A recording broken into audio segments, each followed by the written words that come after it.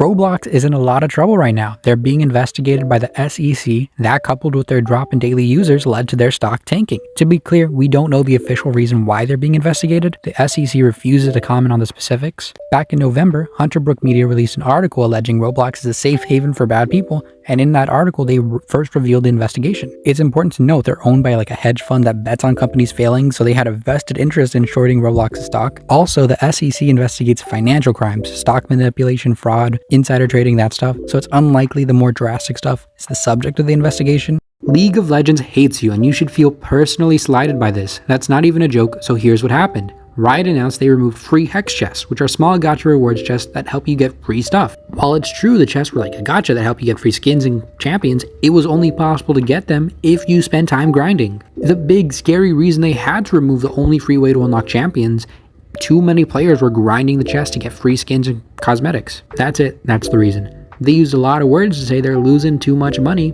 because players are spending too much time playing the game instead of giving them money. I would give them much more empathy if in the same breath they weren't putting out $400 skins, not to mention the decline in quality of the skins after the layoffs. If you love League, I'm sending my deepest condolences. No hug or anything, but like a small pat on the back for sure. Duo, the Duolingo bird, has passed away. Right now there's no reason listed, but we all know he had a bit of a problem.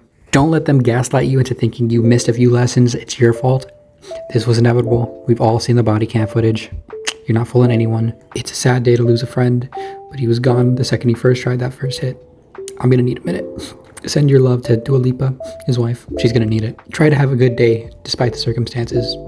It's a terrible day for Rain. Marvel Rival devs actually listen to their fans, so they announced with the mid-season, you'll be demoted by 4 ranks. This had a lot of players up in arms because they're losing their progress, and we didn't know ahead of time the rank demotions would happen every mid-season too. Unlike other games that blatantly don't listen to their audience, the devs heard the outrage and decided to scrap the mid-season demotions. The Invisible Woman skin is still going to get pushed out on the 21st, but the second half of the season is going to have its own rewards. With your current rank intact, you'll just need to play 10 rounds. In light of a lot of recent bad news regarding live service games, it's great that they announced new characters, a PvE mode, and they're actually listening to the fans. Can I just say I really love Marvel Rivals? I think this is the part where I gotta say, RIP Overwatch. He bought a Steam Deck using only Steam trading cards. This kinda useless Steam feature has an average price of 3 cents. He sold and traded over 20,000 Steam trading cards. So here's the story. Sam Corner, a Smash Melee player, announced his goal of buying a Steam Deck using only Steam trading cards, and he was begging everyone who saw the tweet to donate cards they didn't want. And surprisingly, they did. Within the span of a week, he received tens of thousands of Steam trading cards. He had auto-accept gifts enabled, but he still had to sell the cards by hand. Eventually, he had to use a bot to automatically sell to the highest bidder, but still, the number of trades was so fast that Steam forced him to slow down. He even surpassed the goal and announced he was planning to buy another Steam Deck and donate it to a children's hospital. All in all, it's a great story of a community coming together and doing something cool. Small tangent, Dexerto cooked him, bro. They called him Wrangler and then dug up his past Smash losses. Have an amazing afternoon.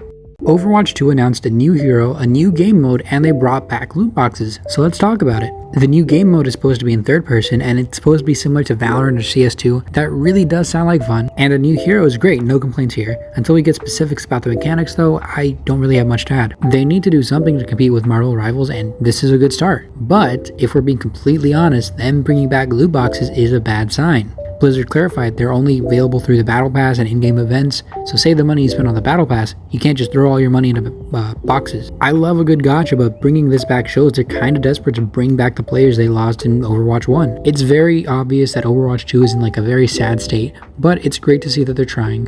So now I gotta ask, do you think this is enough to compete with Marvel Rivals?